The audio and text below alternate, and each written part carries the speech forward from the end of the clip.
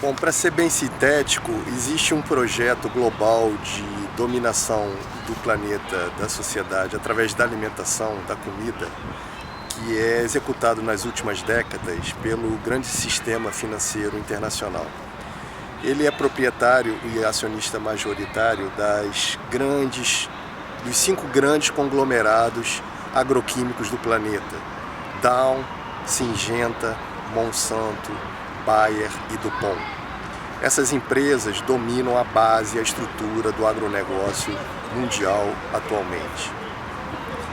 Esse processo ele vem causando consequências muito graves para o ser humano, tanto a nível individual quanto coletivo.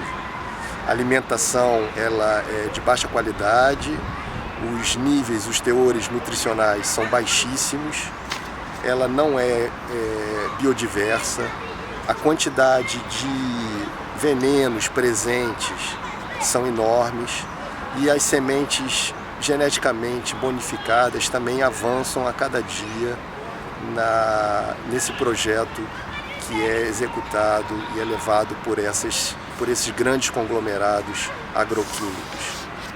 Isso está gerando uma sociedade doente, tanto física como psicologicamente, e isso atinge todas as classes sociais, não só as classes mais baixas, mas todas as classes sociais.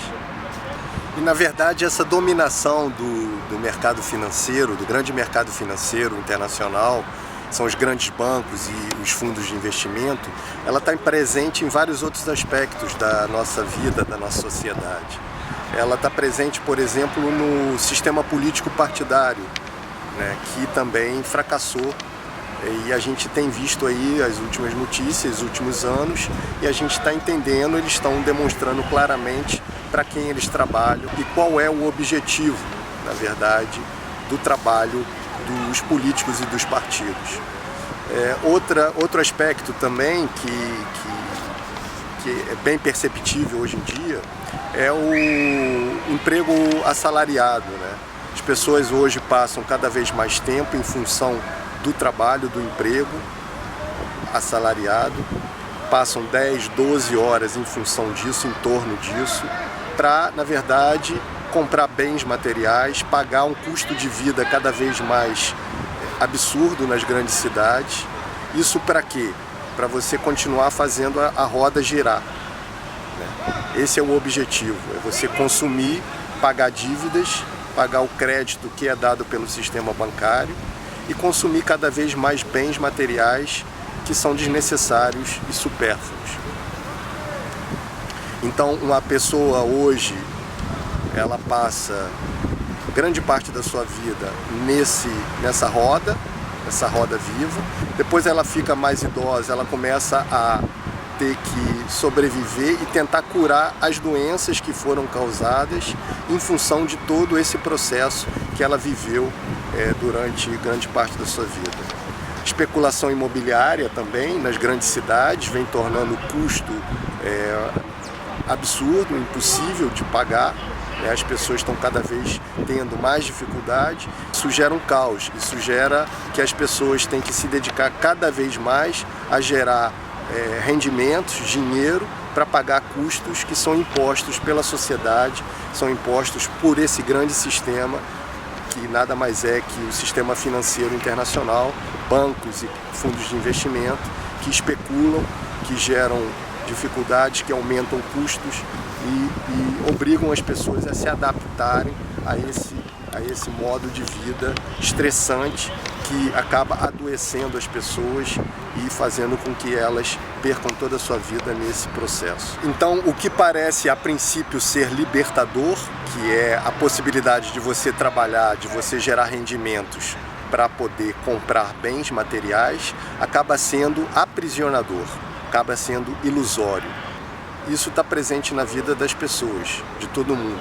Isso não é uma visão pessimista, a gente vai mostrar dados aqui durante essa apresentação, não é uma visão pessimista, é uma visão realista. Também é importante que cada um faça uma autoanálise, uma autorreflexão da sua vida pessoal para comprovar tudo isso que está sendo dito, Isso não é uma teoria da conspiração. A vida de cada um é a prova, é só fazer sinceramente uma autorreflexão para verificar o que vai ser dito aqui. E é preciso sim falar sobre isso, porque se a gente quer melhorar uma situação, se a gente quer mudar um modelo, a gente tem que tocar no assunto, tem que falar sobre ele para poder dar o primeiro passo, que é ter consciência dos problemas, da situação e a partir daí tentar uma solução, tentar uma saída. A insatisfação aumenta a cada dia, isso se manifesta nos protestos, nas ocupações, nas manifestações contra o governo. Mas não é só uma insatisfação em função que as pessoas não estão conseguindo levar uma vida digna, porque não conseguem ter rendimentos para comprar e ter a possibilidade de viver de uma maneira satisfatória nas cidades. A insatisfação é a nível mais sutil, é a nível pessoal, é uma infelicidade pessoal. As pessoas não veem mais sentido em suas vidas, nos seus trabalhos, nos seus projetos, elas não têm mais projeto. Então, essa insatisfação é generalizada e não é só de classes sociais mais baixas, ela atinge toda a sociedade de uma maneira geral. Então, em função disso, um grupo de pessoas começou a pensar há alguns anos atrás, há 3 anos atrás, em como oferecer uma alternativa, né? E essa alternativa a gente começou a pensar na criação de uma comunidade autossustentável, agroecológica, junto à natureza. É necessário fazer um êxodo urbano, nem que ele seja parcial, né? E é necessário também, e essa foi a base do nosso projeto, não somente pensar em qualidade de vida individual das pessoas que participam do projeto, mas é necessário criar um projeto para se oferecer uma alternativa a nível de sociedade, uma nova proposta, um novo modelo de convivência humana, de autossustentabilidade, e a partir daí a gente começou a criar esse projeto.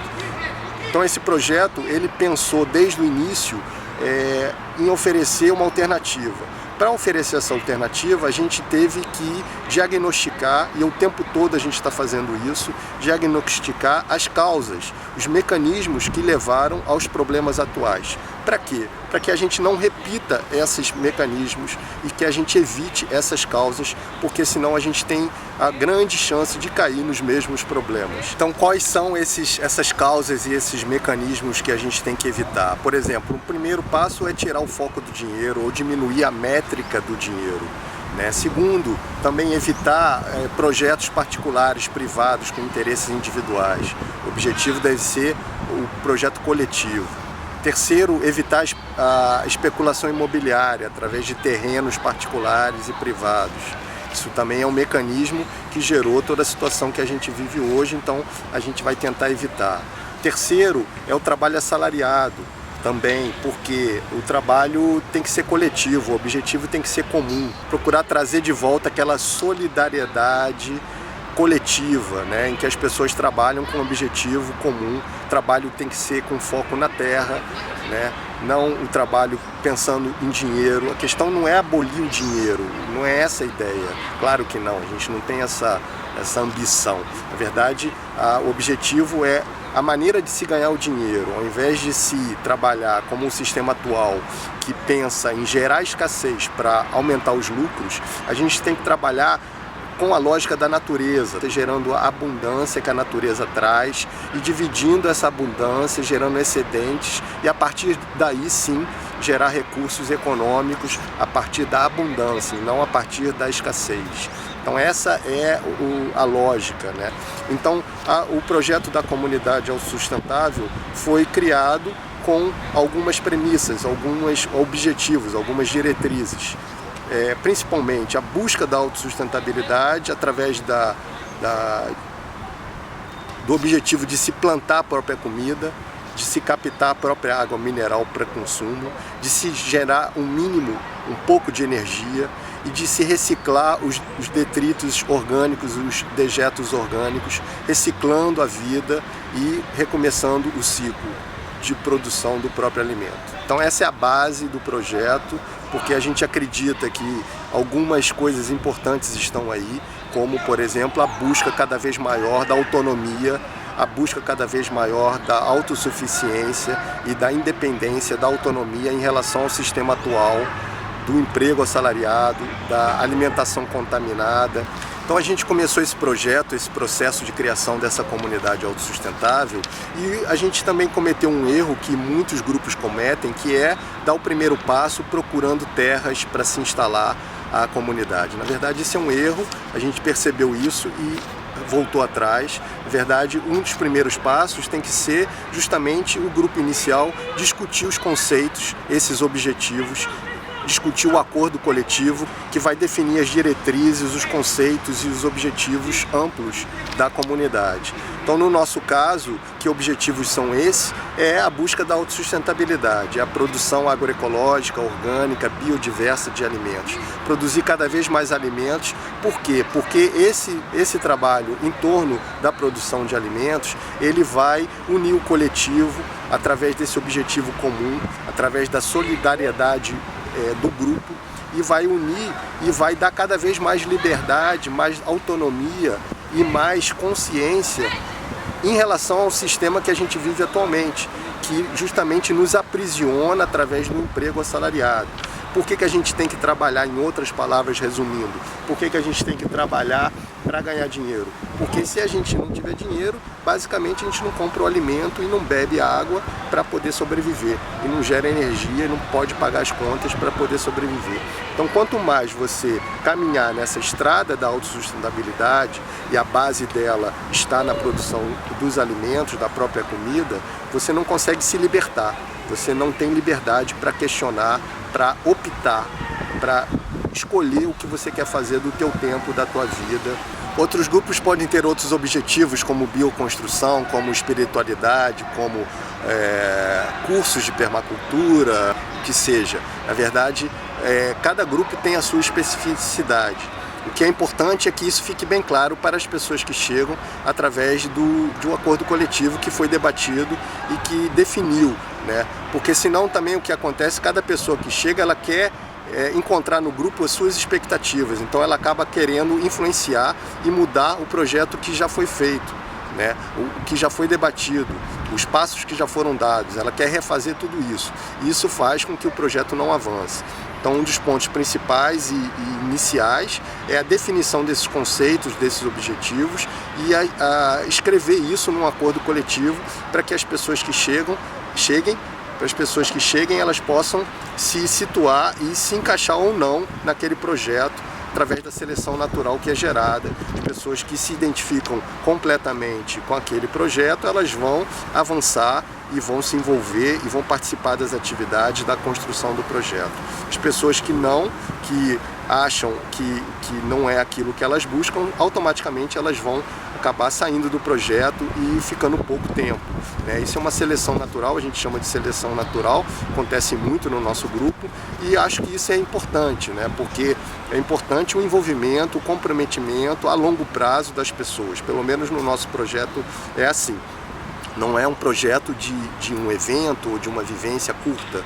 Na verdade, o nosso projeto é um projeto de vida, é um projeto a longo prazo, em que as pessoas têm que se comprometer, têm que se envolver, construir, e quanto mais o coletivo propor, achar soluções e construir o projeto em si, mais ele vai avançar e mais ele vai ser um sucesso, né? E o inverso também é verdade. Então, no nosso caso, o objetivo principal, primordial, é a busca da autossustentabilidade através da produção do alimento, através da produção da energia, através da captação da água, através da reciclagem dos detritos orgânicos. Esse é o objetivo principal desse grupo, desse coletivo. E também questionar os paradigmas da sociedade que são impostos pela sociedade atual e, através disso, poder propor saídas, soluções para a melhoria da qualidade de vida das pessoas como um todo.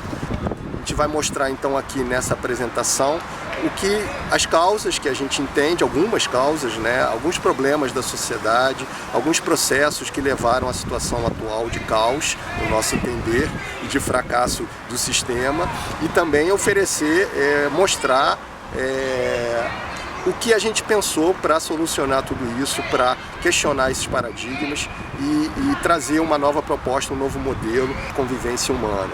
Então eu vou mostrar a partir de agora alguns slides, alguns diagramas e convido a todos a participar do projeto de criação da comunidade agroecológica autossustentável.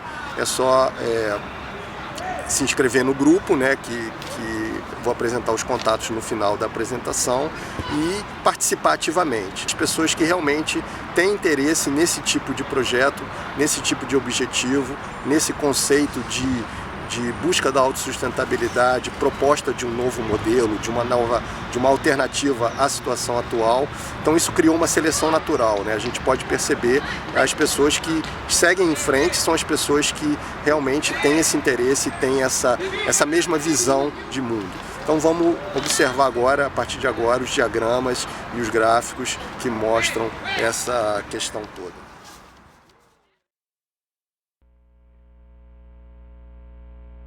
Existe um projeto global de dominação do planeta através da alimentação. Esse projeto começa no campo. O grande sistema financeiro internacional, ele é o maior acionista das grandes conglomerados transnacionais que dominam o agronegócio. Existem 3 eixos principais: as sementes, geneticamente modificadas ou não, o maquinário agrícola e os agroquímicos, agrotóxicos e fertilizantes.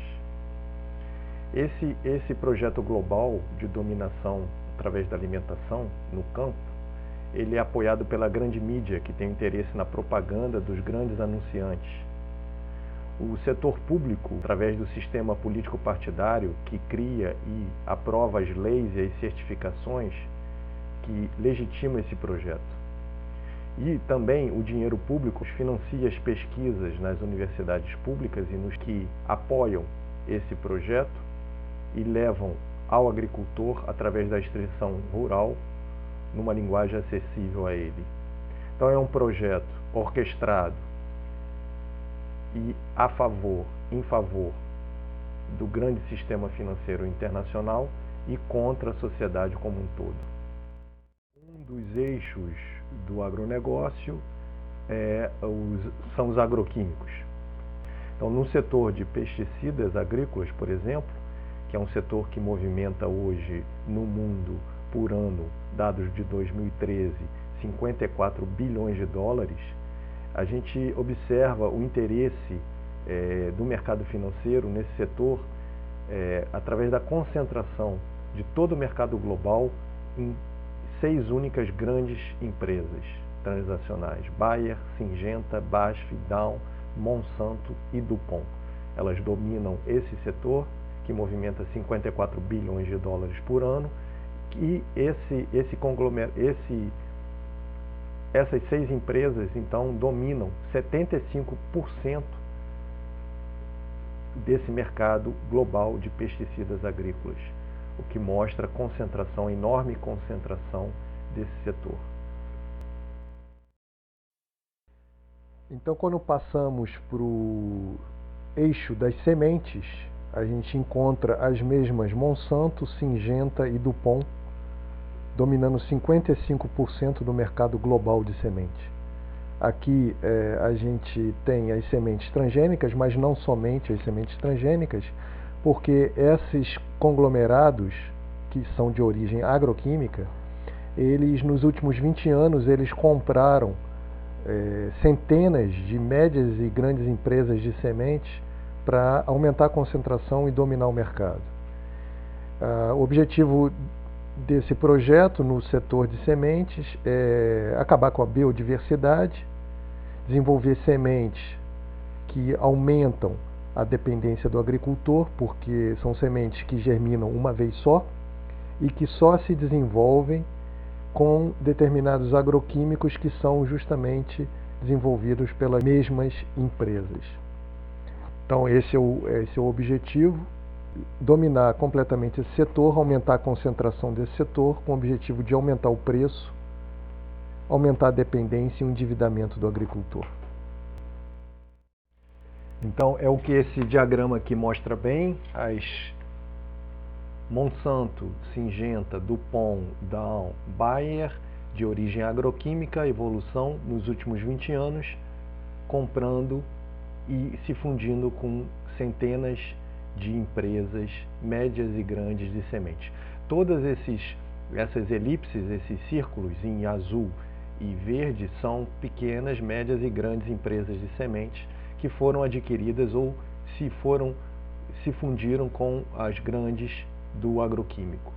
Então aqui a gente vê todas essas empresas nesse setor pertencem hoje a Monsanto, aqui todas essas a Syngenta e essas a DuPont, essas a Bayer e a Dow está aqui também, inclusive com ligação com a própria Monsanto, já se fundindo e assimilando centenas de empresas de semente, aumentando assim a concentração no mercado e dominando esse setor a nível global. Aqui nesse diagrama, mudando um pouco o enfoque, nós temos o Brasil liderando o mercado mundial de utilização de agroquímicos, com 10 bilhões de dólares ao ano de vendas no país. O que não é uma coisa boa, inclusive a indústria agroquímica faz a propaganda que o Brasil é o líder também em recolhimento de embalagens vazias de agrotóxicos. Parece que é uma coisa boa ser o líder nesse setor, mas na verdade não é, né? Isso mostra a dependência do país na utilização desses produtos. Então, esse diagrama mostra bem o porquê do interesse do sistema financeiro nesse setor de agronegócios. O faturamento aqui em bilhões de dólares por ano, né? 175 bilhões de dólares só o setor de fertilizantes, 116 bilhões de dólares o setor de maquinários e assim por diante. São cifras astronômicas, dados de 2013, e também é importante perceber que existe uma interdependência, né, uma correlação entre todos os setores. Como o solo não tem mais vida, ele está morto, existe a necessidade de se colocar fertilizantes sintéticos baseados em poucos macronutrientes, basicamente nitrogênio, fósforo e potássio, o NPK. Essa deficiência nutricional gera plantas com sistema imunológico fraco, que não consegue também combater as doenças, as pragas, gerando necessidade da utilização de pesticidas e herbicidas, os agrotóxicos. Esses agrotóxicos matam cada vez mais o solo e assim sucessivamente, gerando um ciclo vicioso. Então esse é o domínio, né, o projeto global de dominação da alimentação, da base da alimentação no campo, passa por essa interdependência entre esses setores que foi criado e que existe, são fatos, né, fatos reais, não é uma teoria da conspiração. Consequentemente, essas plantas com baixo teor nutricional geram também no ser humano que se alimenta delas uma deficiência nutricional, aumentando o faturamento de outro conglomerado de empresas, que são as empresas médico-farmacêuticas que produzem, né, os medicamentos para combater as doenças que são geradas basicamente pela deficiência nutricional nos alimentos que são ingeridos pelos seres humanos. A concentração no agronegócio tende a aumentar ainda mais, né? Esses são dados recentes de 2016, os novos anúncios de aquisições e fusões. Aqui as empresas que dominam o setor atualmente e as suas futuras aquisições. Aqui o valor de cada empresa cotado nas bolsas de valores. Então a Bayer já fez uma proposta à Monsanto de aquisição da Monsanto. A Dow parece que vai se fundir, se juntar suas atividades com a DuPont. E a ChemChina já fez uma proposta para comprar a Suíça Syngenta. Então em breve nós vamos ter 2 ou no máximo 3 megacorporações dominando a base da alimentação mundial. Em outras palavras, o setor financeiro, bancos e fundos de investimento dominando o agronegócio. E eles não estão interessados em prover uma alimentação de qualidade às populações. Não é esse o interesse. O interesse realmente é o faturamento, é o lucro, é a dominação do setor. A indústria de fertilizantes, ela propaga, e todas as pesquisas que legitimam e que sustentam essa indústria, propaga que a adubação das plantas basicamente deve ser feita com 3 macronutrientes, que é o NPK. Né? Só que aqui nós temos a roda de interdependência dos minerais, que é o Mulder's Chart, e ele mostra que, na verdade, existe uma interdependência entre os minerais.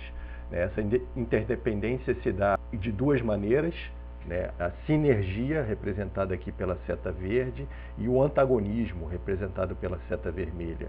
O que quer dizer essa interdependência, esses 2 tipos de interdependência?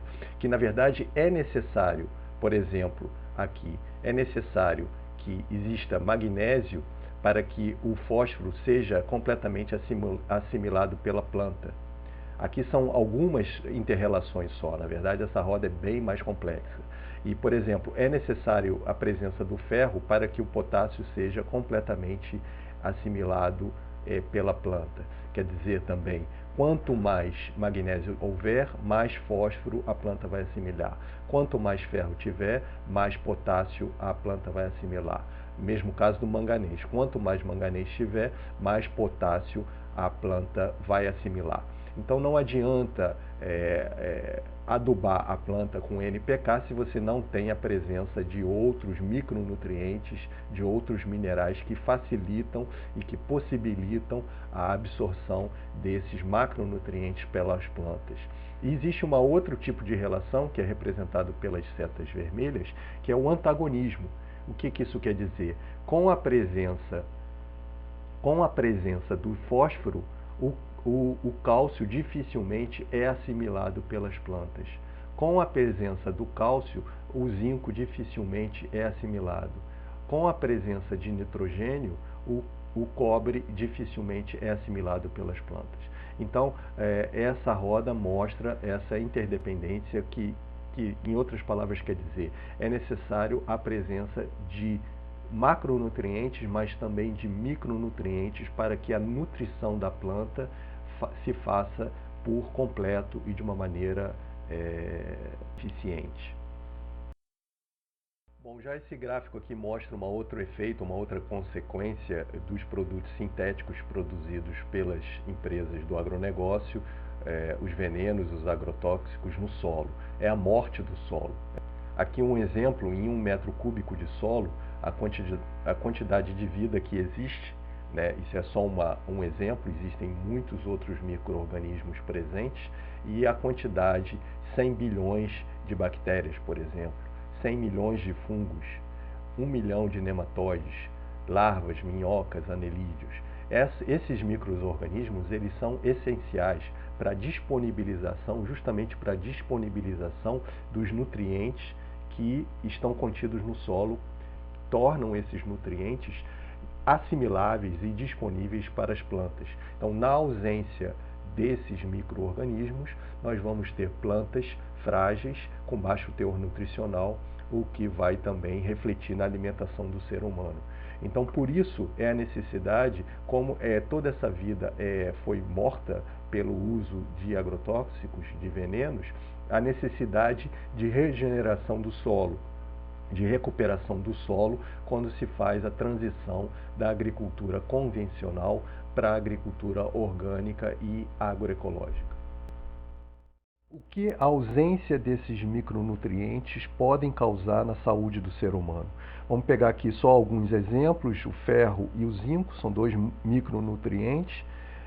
O baixo teor nutricional das plantas, na ausência do ferro, por exemplo, pode causar apatia, baixo desenvolvimento da coordenação motora, propensão à depressão, dificuldades de atividades cognitivas, alteração nas funções dos neurotransmissores. E no caso do zinco, a ausência do zinco na alimentação humana pode causar letargia, diminuição da memória visual, problemas neuropsicológicos, entre outros. E esses são só 2 micronutrientes, existem muitos outros, como boro, silício, cobre, manganês, molibdênio, e a ausência desses minerais podem causar problemas, deficiências na saúde psicológica e física do ser humano. Por isso é importante, e a base da agricultura orgânica agroecológica deve ser a recuperação do solo, a remineralização do solo, para que as plantas que sejam produzidas a partir desse solo recuperado possam gerar e produzir uma saúde plena no ser humano que se alimenta delas. A gente falou aqui no início dessa palestra que esse projeto de dominação da base da alimentação mundial, ele conta com certos suportes, com apoios, né? Um dos apoios é da pesquisa científica realizada nas universidades públicas e nos institutos de pesquisa que legitimam esse projeto, assim como a propaganda da grande mídia que também sustenta e apoia esse projeto, criando uma legitimação a ele. Então agora vamos ver um exemplo. Bom, esse é um exemplo recente, foi amplamente divulgado pela mídia corporativa, dizendo: alimentos transgênicos não fazem mal à saúde, diz a Academia dos Estados Unidos. Pesquisadores revisaram mais de 900 estudos sobre alimentos transgênicos e não acharam sinais de risco em relação aos não transgênicos. Quem fez essa pesquisa? Quem fez essa revisão de 900 estudos?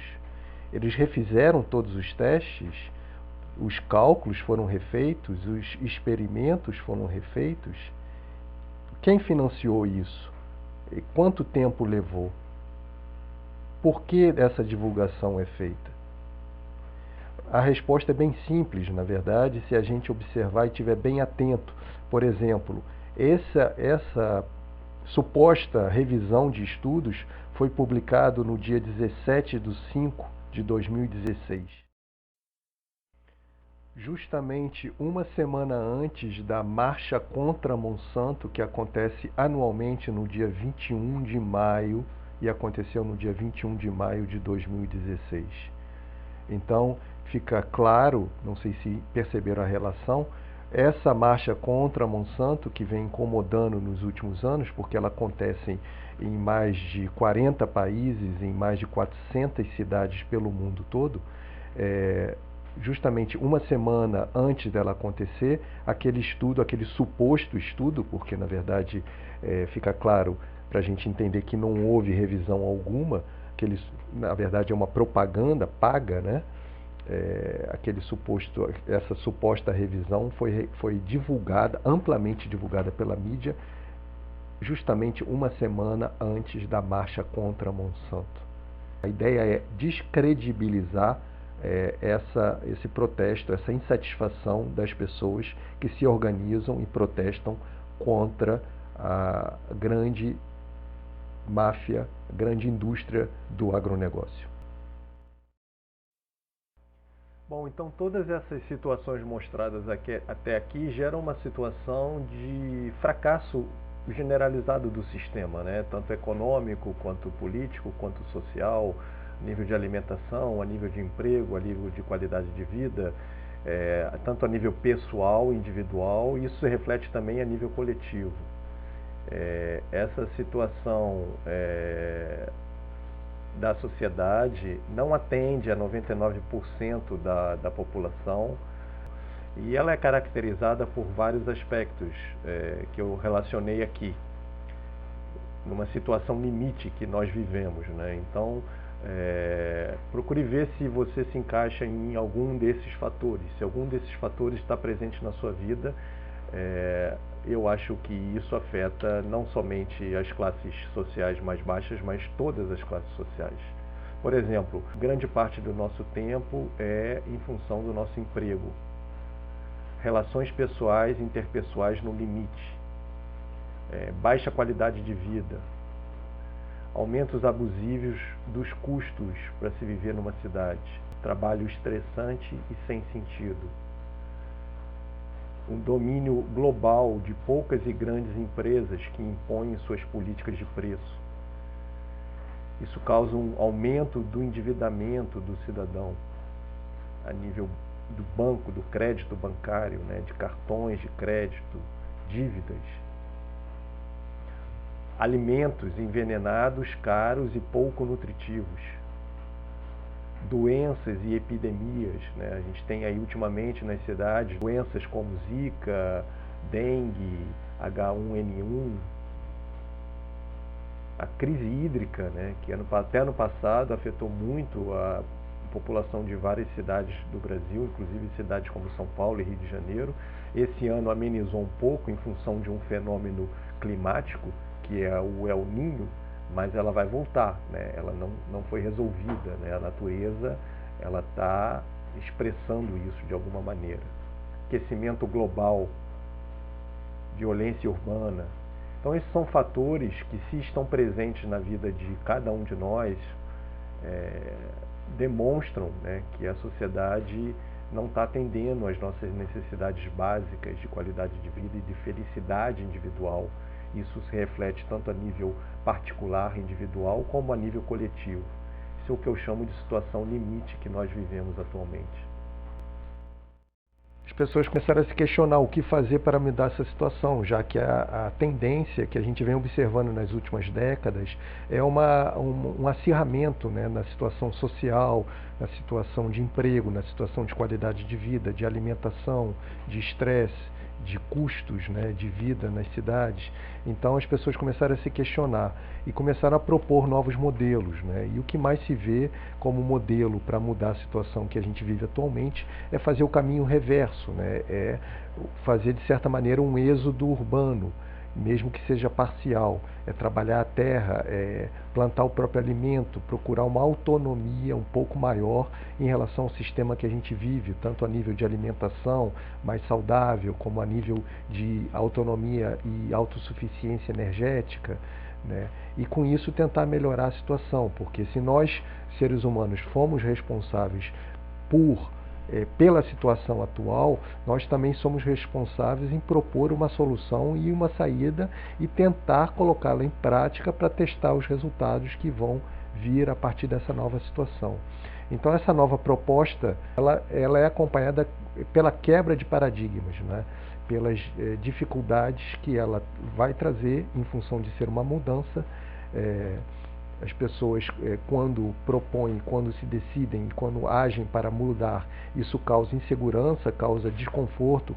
Mesmo que essa mudança seja para melhor, a mudança é sempre difícil de ocorrer, né? Então, o que se propõe, o que se almeja com essas mudanças, com esses novos modelos de convivência, é justamente a situação inversa que a gente mostrou anteriormente, né? Com características mais ou menos opostas a que a gente está vivendo atualmente. E seriam, quais seriam essas características?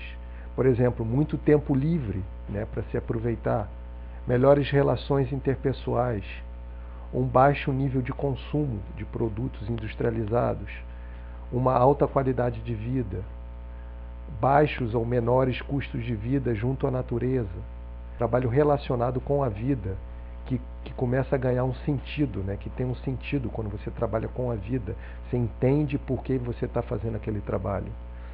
Um fortalecimento em função da alta qualidade de vida e da melhor alimentação, fortalecimento do sistema imunológico. Alimentos orgânicos, né? Alimentação baseada em alimentos orgânicos, biodiversos e saudáveis. Sem dívidas ou com menos dívidas.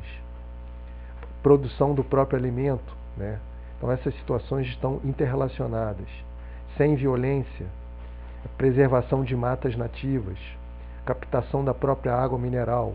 Então todas essas características são as características que esses novos modelos de convivência humana, de comunidades ou de ecovilas junto à natureza, agroecológicas, elas almejam, né? Só que, assim como eu disse, essas mudanças, mesmo que sejam para melhor, elas causam hoje uma insegurança. Essa insegurança ela é caracterizada por dificuldades e barreiras e paradigmas a serem quebrados. Que paradigmas são esses? Menor fluxo de informação que a gente tem na cidade, no meio urbano, menor dependência do dinheiro. Isso causa, sim, uma insegurança. Uma abstinência ao consumo, uma abstinência aos alimentos industrializados, que justamente causam um apego e uma dependência. Quando você corta ele e começa a se alimentar de uma maneira mais saudável, orgânica, biodiversa, você tem uma crise de abstinência desses alimentos industrializados. Um menor conforto, né? Junto à natureza, a gente poderia ter um menor conforto em relação ao que a gente tem na cidade. Isso causa uma insegurança. A transição urbano-rural, né, é uma coisa difícil, é uma barreira a ser transposta, é um paradigma a ser quebrado. Preconceito do trabalho com a terra, né, a sociedade, a família, as pessoas, elas meio que impuseram para a gente um padrão de vida, e esse padrão de vida é baseado no trabalho intelectual.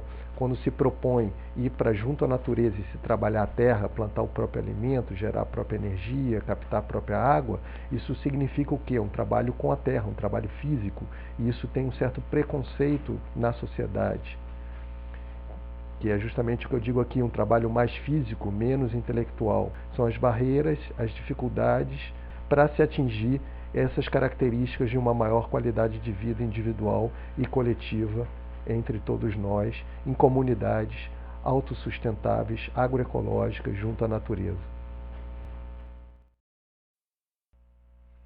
Então, como nós dissemos, existe uma grande dificuldade e uma insegurança, de certa maneira, das pessoas quando se propõe a mudança. Mesmo que essa mudança seja para melhor, as pessoas acabam manifestando uma insegurança e uma dificuldade em avançar, em transpor as dificuldades e as barreiras.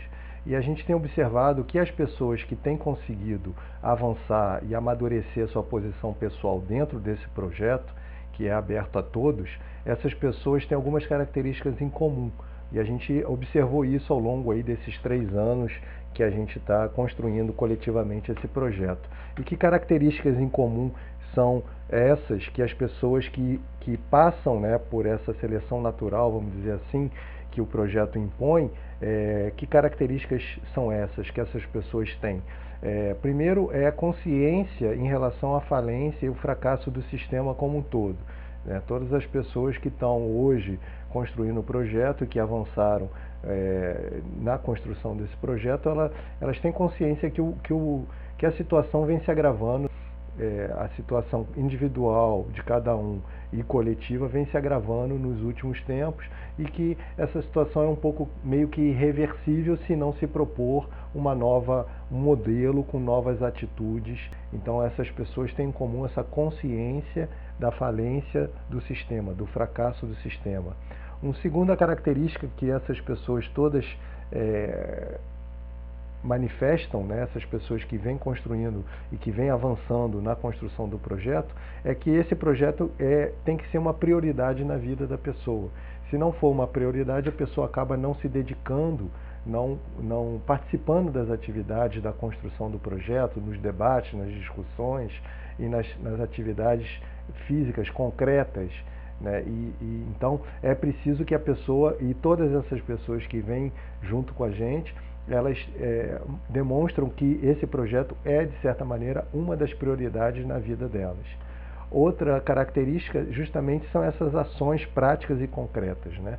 A gente está aqui para concretizar o projeto na vida real, para realmente construir essa comunidade autossustentável, agroecológica. Então, para que isso se concretize, é necessário ações práticas, visíveis, físicas, e não somente debates e discussões conceituais. E essas pessoas têm essas ações, promovem essas ações, têm essa proatividade, que é ir lá e fazer as coisas que têm que ser feitas para que o projeto possa avançar. Outra característica que todos nós que estamos envolvidos atualmente no projeto e que estamos avançando na construção desse projeto temos é justamente o foco e a persistência, né? O projeto ele não é fácil, é um projeto que vem sendo construído, a gente tem avançado muito ao longo desses 3 anos e isso requer foco e persistência, paciência, foco e persistência, né? Porque às vezes, é claro, a gente se desmotiva por algum fato que acontece ao longo da construção do projeto, então a gente tem que voltar e retomar com persistência e com acreditando que o projeto vai ser concretizado, né? Então, essa é um pouco o amadurecimento de quem vem construindo o projeto, né? Isso vai desaguar aonde? Na criação da comunidade em si e na transição urbano-rural. Então, nesse momento, os interessados em participar desse movimento coletivo, eles devem ter uma certa capacidade financeira para participar da compra coletiva da terra, que vai pertencer a todos que fazem parte da comunidade. Essa capacidade financeira, apesar de ela ter que existir, a gente criou um sistema que a gente chama de sistema flexibilizado de cotas, em que é acessível a todos, praticamente a todos, né? Porque ao invés da pessoa integralizar a cota dela de participação à vista de uma vez só, a gente criou faixas de pagamentos mensais.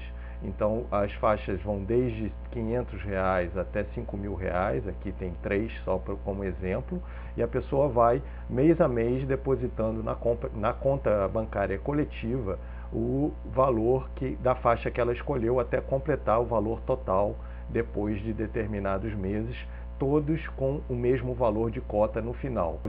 Então, como a gente não vai ter o dinheiro total, o valor total para a compra da terra onde vai se instalar a comunidade autossustentável, nesse momento, a proposta é de arrendamento da terra com uma promessa de compra e venda no final.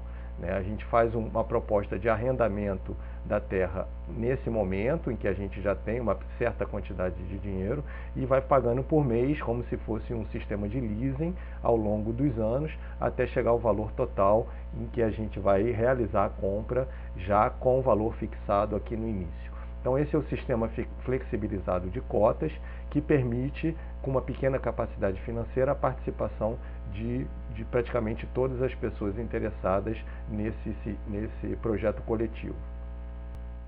Trouxe aqui algumas, né? Não são todas, claro, o acordo tem várias outras, mas trouxe alguns exemplos de definições e diretrizes que foram discutidas e escritas no acordo coletivo, né? Por exemplo, em relação à presença e à participação mínima dos membros na comunidade, como a gente propõe um êxodo urbano, mas que pode ser parcial, né? E a pessoa pode manter os vínculos que ela tem, empregos, famílias, na cidade, existe uma participação mínima, uma presença mínima dos membros fundadores da comunidade. Outra definição também foi a propriedade e a posse da terra. Outra definição foi o mecanismos de proposição, debates e ideias e deliberação, né? Toda a questão de decisão por consenso, fazer propostas dentro dos objetivos e dentro dos conceitos da comunidade, dentro das prioridades do momento e não querer refazer o que já foi debatido, o que já foi feito, atendendo a objetivos pessoais e individuais. Outra definição do nosso acordo coletivo, né, são os conceitos, objetivos e diretrizes do projeto, né, que envolve todos esses itens e outros mais. Atividades principais da comunidade também foi definido no acordo coletivo. Em relação a isso, a gente percebeu também, até analisando outras comunidades, outras ecovilas que não deram certo, e que é importante definir poucas e algumas e focar em algumas atividades e objetivos da comunidade, e não querer ou estar aberto a tudo, a mudar tudo, a desenvolver tudo, porque na verdade você acaba criando preferências, privilégios, e as pessoas acabam se dedicando àquilo que faz mais parte da realidade atual dela. E evitando a mudança e evitando a quebra das barreiras, as dificuldades e a quebra dos paradigmas. E não, no nosso caso, pelo menos, não é esse o objetivo. O objetivo é justamente mudar, propor algo de novo, propor um novo modelo. Então isso exige realmente sair da zona de conforto e ultrapassar barreiras e dificuldades. Então as atividades são poucas, focadas, algumas principais, e que são, no nosso entender, os primeiros passos que uma comunidade autossustentável deve dar. Outra definição do acordo coletivo são as categorias dos membros e participantes, nada que seja vertical ou que tenha autoridade, uma categoria, um tipo de participante sobre o outro, não é isso. A comunidade, ela procura ser horizontal, né? E que todos tenham o mesmo nível de participação, mesmo nível de direitos e mesmo nível de deveres também, mas só em relação à questão do tempo que a pessoa participou, ou do momento em que ela entrou no projeto para participar, se é um voluntário ou se é um membro fundador. Então essa é o que eu chamo de categoria de membros e participantes. Outra questão que a gente preferiu não definir no momento são as questões morais, culturais, pessoais e religiosas. A gente entende que isso é uma individualidade de cada pessoa e que não deve ser definido no acordo coletivo, até porque seria impossível de se definir tudo e fazer uma lista de coisas que seriam permitidas ou de coisas que seriam proibidas, né? Então, essas questões morais, culturais, pessoais e religiosas não devem ser fundamentais para a participação ou não da pessoa no projeto, né? Elas vão ser discutidas no futuro, quando o grupo estiver fechado e quando as questões surgirem, né? Mas elas não devem ser fundamentais para a continuação ou não do membro dentro do projeto, né? Até porque seria impossível de se criar uma comunidade em que todas as pessoas concordassem em relação a todas essas questões. Então, por isso que elas não são questões maiores, no nosso entender, são questões menores. O projeto está acima disso, a questão da busca da autossustentabilidade está acima dessas questões culturais, pessoais e religiosas. E outra definição do acordo coletivo são, né, como eu mostrei ali resumidamente, é o modelo de cotas e participação financeira dos membros fundadores da comunidade autossustentável. Apenas para não ficar muito longo a exposição, né, apenas mais um aspecto em relação à organização administrativa da futura comunidade autossustentável agroecológica. Duas possibilidades somente, existem outros modelos de organização administrativa. Aqui eu apresento duas. Outras dúvidas depois podem ser tiradas pessoalmente comigo lá no grupo do Facebook, que eu vou apresentar aqui o contato no final. Um tipo de organização, um tipo de modelo administrativo onde se tem dois documentos e duas instituições. Por que dois documentos? Num documento você põe a escritura da terra, com a posse da terra em nome dos membros da comunidade, e num segundo documento você cria a associação e o estatuto da associação. Então você divide a escritura da terra da associação. Isso possibilita no futuro, se a comunidade vir a terminar, que no nosso caso a gente acha que é um pouco difícil de acontecer, mas isso possibilitaria a venda da terra e o retorno do investimento aos membros fundadores. E aqui um segundo modelo, que foi o modelo escolhido por nós até agora, em que você tem dois documentos e uma única instituição, né? Você tem a escritura da terra em nome da associação e a associação em nome dos membros fundadores. Então, nesse modelo, não existe a possibilidade de se desfazer a comunidade e se vender a terra para reverter o dinheiro de volta para os membros fundadores. Então essa foi mais ou menos a cronologia do projeto nos últimos 4 anos que a gente vem construindo ele coletivamente. Uma das coisas que a gente percebeu no início é que, na verdade, a visita das terras não deveria ser o primeiro passo. Na verdade, o primeiro passo deveria ser a definição, o debate, a discussão dos objetivos, né, e diretrizes e conceitos do projeto. Então, durante bastante tempo a gente fez o debate e a redação do acordo coletivo.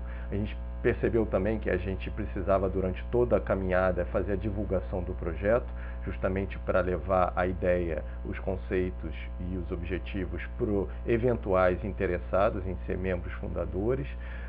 Também a gente procurou ao longo desse tempo todo aumentar os vínculos entre as pessoas, né, e criar o que a gente chama de personalidade do coletivo, que é, na verdade, o discurso ser em relação ao coletivo, aos objetivos do projeto, e não em relação a interesses individuais e pessoais de cada um e, de certa maneira, egoístas, né? O projeto ele tem que ter uma personalidade própria, ele tem que ter um discurso próprio, que é o discurso, a personalidade do coletivo.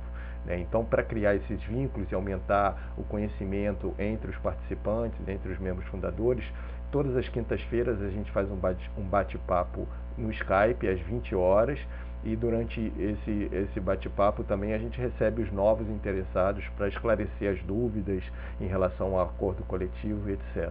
A gente vem fazendo também uma vez por mês, ou uma vez a cada 2 ou 3 meses, as vivências rurais, em que a gente vai para sítios de agricultores orgânicos para trabalhar com eles e entender um pouco como vai ser a nossa vida na roça quando a gente tiver a comunidade autossustentável agroecológica instalada. A gente também, mensalmente, praticamente, a gente faz reuniões presenciais, em que a gente se encontra presencialmente, debate os temas atuais do projeto, as futuras ações. E também foi interessante, no final do ano passado, a gente abriu uma conta conjunta, uma conta bancária conjunta, e iniciou o depósito das cotas, né, dentro daquelas faixas que vocês viram no diagrama anterior, cada um dentro da sua faixa, mensalmente depositando as cotas na conta coletiva para a compra coletiva da terra. Isso foi um momento bem interessante, né, porque foi uma quebra de paradigma, que é justamente uma grande dificuldade que a gente pensou que ia ter, que é retirar da poupança individual de cada um e colocar numa poupança coletiva, porque o projeto, mais uma vez eu digo, é coletivo. Então, tudo isso tem sido muito enriquecedor, um aprendizado muito grande durante esse tempo todo e essas ações todas que o grupo está tendo e está construindo e avançando na construção desse projeto de criação de uma comunidade autossustentável. Algumas referências de dados usados por mim nesse trabalho.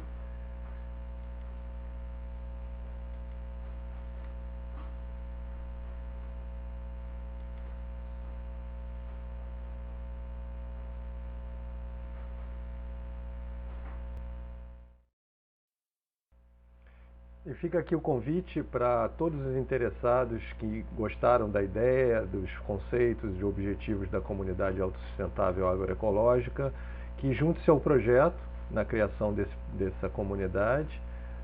Os endereços, os contatos estão aqui. Peço que, chegando lá no grupo, leia o acordo coletivo para ver se você concorda e se encaixa com os objetivos e as diretrizes propostas e se torne, a partir daí, um membro fundador. No Facebook a gente tem um grupo que ele chama Ecovilla/Ecovillage Project. O endereço está aqui completo no Facebook, facebook.com/groups/fazenda orgânica, tudo junto. Se a pessoa não tiver o Facebook, pode me mandar um e-mail, lucio@vetiver.com.br, ou se preferir também conversar pelo telefone. O meu telefone é 21, código no Rio, 986447000. Isso aí, fica o convite a todos os interessados a participar junto com a gente da criação de fato, de maneira concreta, na vida real, de uma comunidade autossustentável, agroecológica, junto à natureza. Eu termino com o Bill Mollison, que é criador do conceito da permacultura, com a frase dele: a maior mudança que temos a fazer é ir do consumo para a produção, mesmo que seja numa pequena escala em nossas hortas. Daí a futilidade dos revolucionários sem hortas, que dependem do próprio sistema que atacam, que produzem palavras e balas, mas não comida e abrigo. É isso aí que eu tinha a dizer. Muito obrigado.